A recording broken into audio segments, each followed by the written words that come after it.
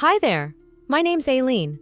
A few weeks ago, I was rushed to the hospital for emergency surgery, and when I reached out to my own mother for help with my son, she called him a burden and left us completely alone.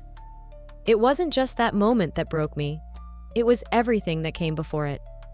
How did love get replaced with silence and shame? Before we dive in, tell me, have you ever been let down by someone you thought would always be there? The smell of antiseptic burned the inside of my nose as I stumbled through the sliding doors of Memorial Hospital in Madison. The chill of November had sunk deep into my skin, and now the sterile cold of the hospital finished the job. My vision blurred with each stab of pain in my lower abdomen, and before I could call for help, my knees gave out. I hit the tile floor hard, gasping, curling into myself instinctively. Somewhere above me, a nurse's hurried voice cut through the haze, but I could barely process it. I clutched my phone to my chest like a lifeline. Through the dizziness, I managed to unlock my phone and call the one person who should have answered without hesitation, my mother. It rang once, twice. Finally, she picked up, her voice filled with the familiar forced cheerfulness she reserved for moments she didn't want to be in. "Mom," I croaked, "I'm at the hospital. I need someone to pick up Carter. I'm being admitted." A pause, then the unmistakable clinking of glasses and laughter in the background. "Aileen, honey, we're just about to sit down for the party dinner.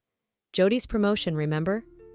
"I need help," I whispered, squeezing my eyes shut against the nausea rising inside me. Another pause, then her voice, light, almost laughing, said, "We can't babysit your burden, Aileen. You know how Carter is." Burden. I sat there, my back against the cold tile, listening to the line go dead, the weight of that word crushing what little strength I had left. I didn't even cry. Not then. I simply stared at the ceiling, feeling the thin thread tethering me to them snap with a soft, almost polite sound. The heart monitor beeped steadily as I was wheeled into a curtained bay. Everything smelled like bleach and rubber gloves. A nurse leaned over me, asking questions I barely heard, my answers mumbled and automatic. They needed to prep me for emergency surgery, they said. My appendix was about to rupture. Numbly, I thumbed through my contacts until I found Kristen's name. Not family by blood, but family in every way that mattered. She answered on the first ring. "I'm at Memorial," I said, my voice cracking. "Can you pick up Carter?" "Of course," she said immediately. "Send me the details. I'm already in the car." No hesitation, no sigh of inconvenience, just action. They slid an oxygen mask over my face, and the world narrowed to the rhythmic sound of my own breathing. When I woke in pre-op, they told me Kristen had picked up Carter without issue. He was with her now, safe, probably curled up on her couch with a blanket and a cartoon, blissfully unaware that the world he thought he knew was fracturing. A nurse adjusted my IV line. I drifted in and out of consciousness, snippets of conversation swirling around me like dry leaves in the wind. She doesn't have anyone else listed. No emergency contacts besides that friend. Not family, just Kristen. As they rolled me into the OR, the anesthesia blooming warm and heavy in my veins, one thought burned clearer than anything else. We were on our own now. The fluorescent lights buzzed softly overhead, casting a pale glow across the stark white walls of my hospital room. 2 days had passed since the surgery, yet the ache in my chest throbbed heavier than any pain in my abdomen. I scrolled through my phone, thumb hesitating over the notifications. Birthday posts, party pictures, endless updates from relatives, but not a single message asking if I was okay. Not a word from my parents, not even from Jody. Aileen, the girl who always handled her own problems. Aileen, the one who didn't need anyone. That's who they thought I was. Maybe that's who I had become. The silence from them was heavier than words. Later that afternoon, a message from an old classmate blinked onto my screen. "Hope you're doing better. Saw your mom at Jody's party. She was hilarious. Making jokes about you needing surgery over a tummy ache. Classic." I read the text twice, numb. In my mind, I could hear it. My mother's sharp laugh, the way she'd always brush off anything that didn't directly glorify Jody. I could almost picture her standing among their guests, glass of wine in hand, tossing off my hospitalization as a melodramatic overreaction, a small, pathetic need for attention. I sank deeper into the hospital bed, the crisp sheets bunching around my fists. They didn't just abandon me when I needed them. They mocked me for needing them at all. The machine beside me beeped steadily, uncaring. The clock on the wall ticked away minutes of my life that no one in my family even knew they were missing. When the nurse came in to check my vitals, I smiled politely, answered her questions, and turned back toward the window. Outside, the sky was a dull, endless gray, heavy with unfallen snow. I didn't cry. I didn't rage. Instead, I made a quiet decision. From now on, I would heal myself. Kristen stopped by later that evening, bringing homemade soup in a thermos and news from the outside world. Her kindness was effortless, genuine, no pity, no judgment. After she left, I laid back against the stiff pillows, staring up at the acoustic tiles. For the first time, I didn't feel the need to tell myself that maybe they had just forgotten, that maybe they would call tomorrow, that maybe they cared deep down. Some things didn't need to be said to be understood. The next morning, Kristen's call came early. "I hate to bother you," she said, her voice hesitant, "but I thought you should know. Carter stopped by your parents' house yesterday with one of my cousins, just for a minute, and, well, something happened." My stomach clenched, a different kind of nausea rising. She hesitated. "Darlene scolded him for spilling a little juice on the carpet, said he was clumsy, just like his mother." I gripped the hospital blanket so tightly the fabric creaked. My heart hammered in my ears. "He cried all the way home," Kristen added softly. I closed my eyes, a dull throb spreading behind them. They hadn't even hesitated. The first chance they had, they poured their disdain onto him. My son, an innocent child who just wanted love. If they could treat Carter like an inconvenience, what did that say about how they had always seen me? The December light filtered weakly through the thin, white curtains, giving the living room a pale, washed-out glow. I sat curled up on the couch, a blanket thrown carelessly over my lap, pretending to read a book while Carter hummed softly by the window, lost in his world of crayons and paper. His small body hunched over the coffee table, drawing shapes only he could understand. The house was so quiet it almost hurt. Kristen's voice crackled through my phone speaker, hesitant. "I didn't know if I should tell you this, but when Carter spilled his juice at your parents' house, Ronald was right there. He just stood by the door. Didn't say a word." I pictured it too easily. Carter, cheeks burning, trying to clean up the mess with his little hands, and my father, his grandfather, turning his gaze away. No comfort, no defense, just silence. That kind of silence was louder than any scream. I closed my eyes and leaned my head against the cold window pane, letting the ache bloom quietly inside my chest. They hadn't just abandoned me when I needed them. They were teaching my son, in the quietest, cruelest ways, that he was alone too. When Carter finished his drawing, he held it up to the window, letting the light pass through the colors he had scribbled. A family of stick figures smiled back at him. None of them looked like my parents. Later that evening, I scrolled through my Facebook feed, half distracted, half hoping for something, anything. A message, a check-in, a flicker of guilt. Instead, I saw my mother's latest post. "So proud of our amazing daughter Jody," the caption read, beneath a picture of Jody holding a shiny award. Comments flooded in. Congratulations, admiration, endless streams of approval. I zoomed in on the background. No Carter, no me. We were airbrushed out of their lives as neatly as deleting an unwanted file. I kept scrolling, feeling the hollow space in my chest stretch wider with every swipe. Then I stumbled upon an album titled Family Highlights of the Year. Curiosity gnawed at me, even as my stomach twisted. I clicked. Jody at a gala, her husband shaking hands with important-looking people, their daughter blowing out candles on a towering cake. Even their golden retriever had his own photo, wearing a Santa hat. But not one picture of Carter, not a single mention of me. We hadn't just been left out of a single post. We had been erased from the narrative completely. I sat frozen on the couch, the soft creaks of the old house pressing in around me.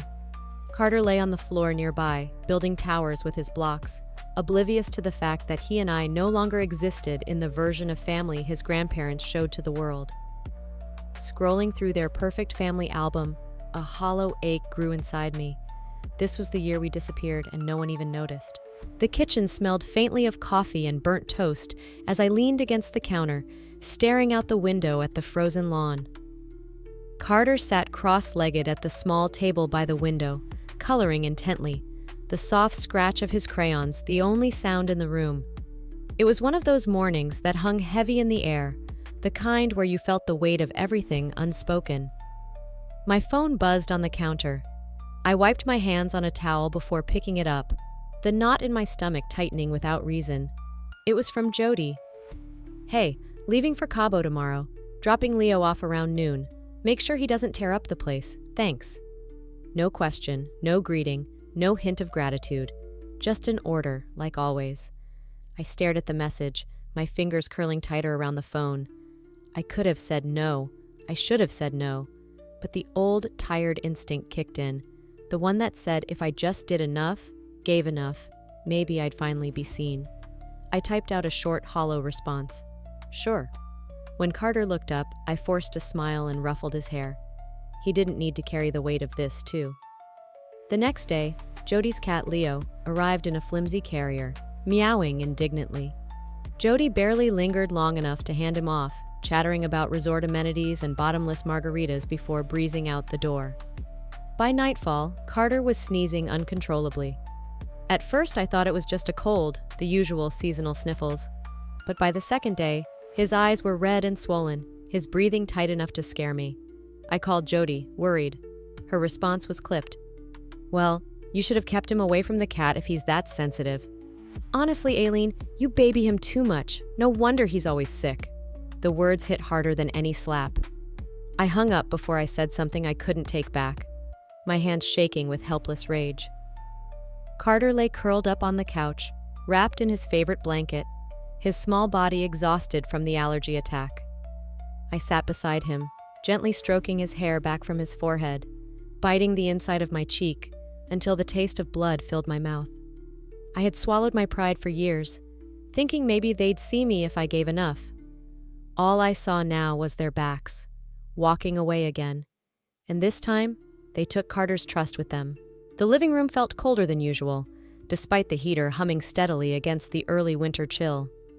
I taped a few cheap balloons to the wall, the colors dull under the weak December sun filtering through the window.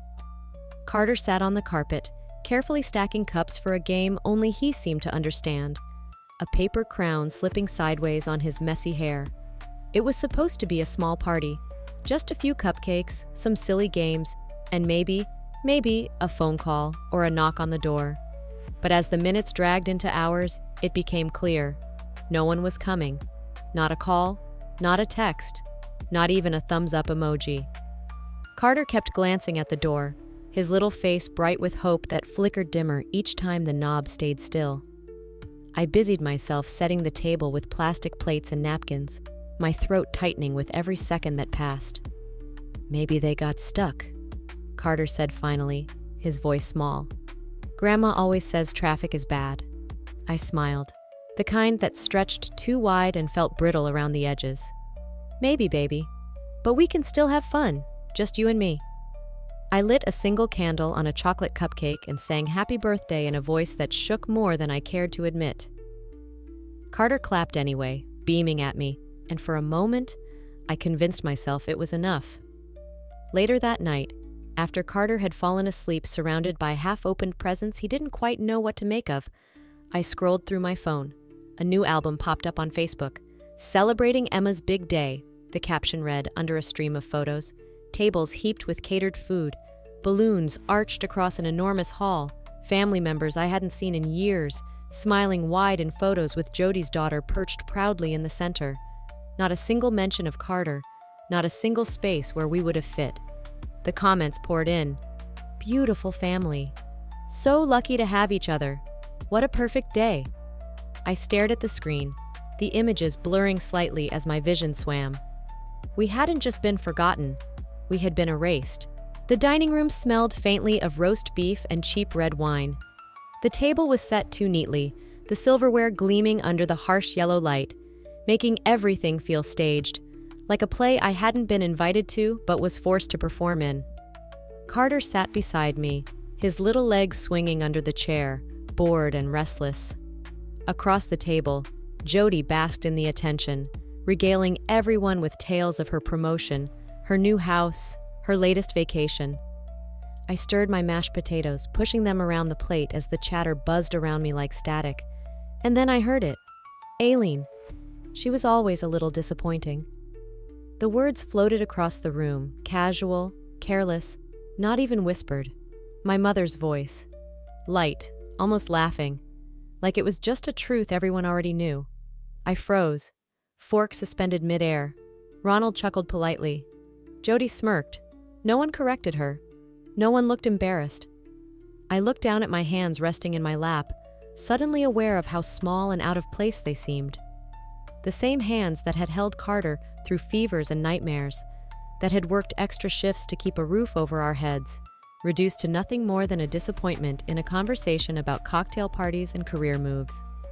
After dinner, I didn't say goodbye. I bundled Carter into his jacket and made for the door, the cold air outside biting into my skin like a blessing. We drove in silence, Carter nodding off in the back seat as the streetlights flickered past, each one slicing through the darkness like tiny knives. I pulled into our driveway and just sat there for a moment, staring out at the empty street. What was I holding on to?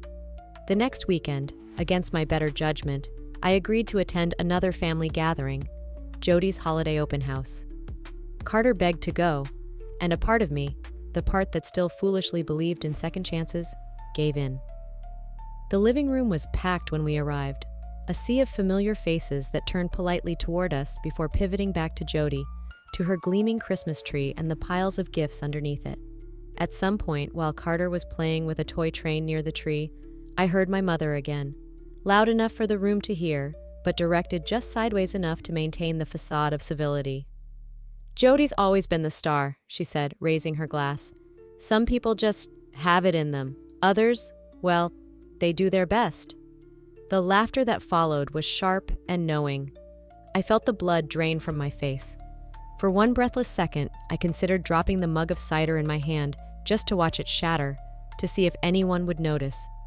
But I didn't. Instead, I smiled tightly, bent down to gather Carter, and excused us with the grace of someone who had spent her whole life learning how to leave a room without making a scene. That night, as the laughter of strangers filled the house that was no longer mine, I realized something painful. Maybe family wasn't about blood. It was about who stayed silent and who finally spoke up. The apartment was silent except for the soft hum of the heater. Outside, the wind rattled against the windows, pushing icy gusts through the thin glass panes. I sat at the kitchen table, the only light coming from the little lamp overhead, its glow making the stacks of unpaid bills and medical receipts on the table look even more grim. Carter had fallen asleep on the couch, a battered book about superheroes slipping from his small hands. His chest rose and fell in steady rhythm, a small island of peace in a world that seemed intent on storming him. My phone vibrated against the wood surface, startling me. It was my mother. No greeting. No how are you. No inquiry about Carter's health. Just a simple demand. Your father needs new tires. Send some money when you can. I stared at the screen, the words blurring slightly. It wasn't anger that filled me. It was something colder, something quieter, recognition. I wasn't a daughter. I was a wallet, a convenient resource to be tapped when necessary and ignored when not. I set the phone down without replying, pushing it away like it might burn me. I turned instead to Carter, watched his soft curls fall over his forehead, the way his tiny hand clutched the blanket Kristen had knitted for him. He deserved better than this legacy of conditional love. I deserved better. The next morning, after dropping Carter off at Kristen's, I opened my messages to find another one from my mother. Sharper this time. If you can't even help your parents, don't bother calling us your family anymore. I stared at the words for a long time. Once upon a time, they would have broken me. Now they just confirmed what I already knew. Family wasn't about obligations traded like currency. Family was supposed to be safety, home, acceptance. And if those things were absent, then so was the family. Without hesitation, I selected the message and hit delete. No second guessing, no guilt. As I closed my phone and leaned back against the kitchen chair, something inside me settled into place. A piece of myself I hadn't realized had been dangling loose finally clicked into alignment. Family wasn't supposed to be a debt you owed. It was supposed to be a place you belonged. The air inside the living room was thick with the scent of gingerbread cookies cooling on the counter. Carter and I sat cross-legged on the floor, a tangle of fairy lights and ornament hooks spread out between us. Outside, the December wind pressed against the windows, rattling them softly, like the world was tapping to be let in. Carter was humming a Christmas song under his breath, completely absorbed in his project. He had been working on a drawing for the past hour, tongue poking out in concentration, crayons worn down to stubs around him. Finally, he stood up and presented his masterpiece with a proud grin. "It's our family tree, Mommy." I smiled and took the paper from his small hands, expecting to see the usual cluster of messy circles and stick figures. But what I saw made my chest tighten. At the roots were two names, mine and Kristen's. Branches stretched upward to Dennis and Marcia, their names tucked lovingly into the thickest branches. At the very top, shining like a star, was Carter. There was no sign of my parents, no Jody, no trace of the people who had once filled the frames on our mantels. It wasn't an oversight. It was an unspoken truth made visible in crayon and hope. Tears stung my eyes, but I blinked them back quickly. Carter was watching me, searching my face for approval, not sadness. I pulled him into my arms, hugging him tightly, breathing in the warm, cookie-scented air tangled in his hair. Outside, the first snow of the season began to fall, blanketing the sidewalks, erasing the footprints left by yesterday's travelers. It felt right somehow.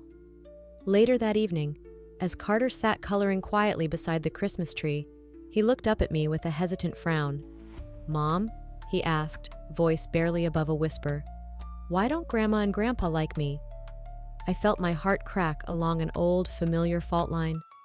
I sat down beside him, wrapping my arm around his small shoulders. "Sometimes," I said slowly, choosing each word like it was a precious thing. "People get so caught up in what they think matters that they forget the most important things, like kindness and family."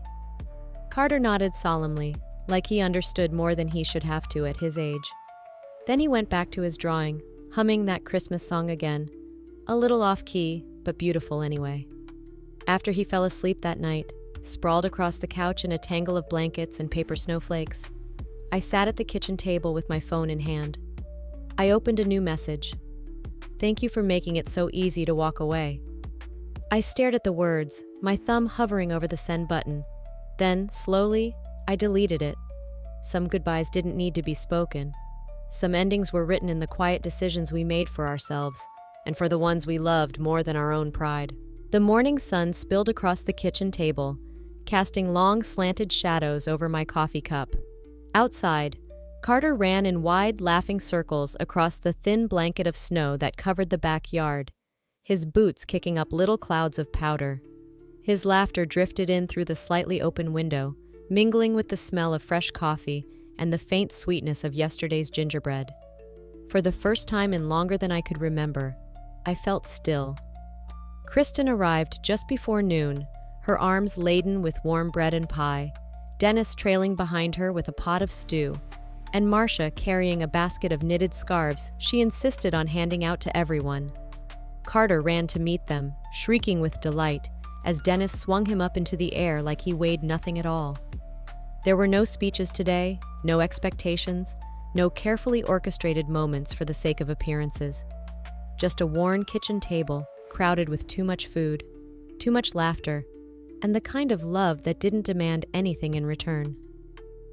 I sat back and watched them move around the room, weaving themselves into our lives stitch by imperfect stitch, and realized that somewhere along the way, we had stopped surviving and started living. Later, when the dishes were piled high in the sink, and Carter snored softly from the nest of blankets he had made under the table, I found myself at the small bookshelf by the front door. There, tucked into the corner, was a dusty old frame. The photo inside was from years ago. My parents, Jody and me, frozen forever in a smile that had always felt a little too forced. Without hesitation, I took it down. I replaced it with a new photo we had snapped that afternoon. Carter grinning ear to ear, Kristen leaning in with a mock stern look, Dennis holding up a steaming pie like a trophy, and Marcia mid-laugh, her eyes crinkled with real joy. It didn't matter whose blood ran in whose veins. This was family. I stood there for a long moment, the weight of old expectations and unfulfilled hopes lifting off my shoulders piece by piece. Forgiveness wasn't about letting them back in. It was about setting myself free. As Carter raced into my arms, laughing under the winter sun, I knew we had already started writing a better story. Looking back now, I realized that sometimes the deepest wounds are the ones no one sees, the ones caused by the people we trusted the most. But healing doesn't always come from the people who hurt us. Sometimes it comes from choosing ourselves, from creating a new family with those who love us simply because we exist. If there's one thing I've learned, it's that you are not obligated to stay where you are merely tolerated. You deserve to be celebrated, to be valued, to be loved without conditions. True family is not built by blood, but by choice, loyalty, and kindness. What about you? Have you ever had to walk away from someone you once called family? I would love to hear your story. Drop a comment below, type 1" if this video resonated with you, or let me know where you're watching from. If this message touched your heart, don't forget to subscribe to our channel for more stories that heal, inspire, and remind us that it's never too late to choose a better ending. Thank you for being here. Your story matters too.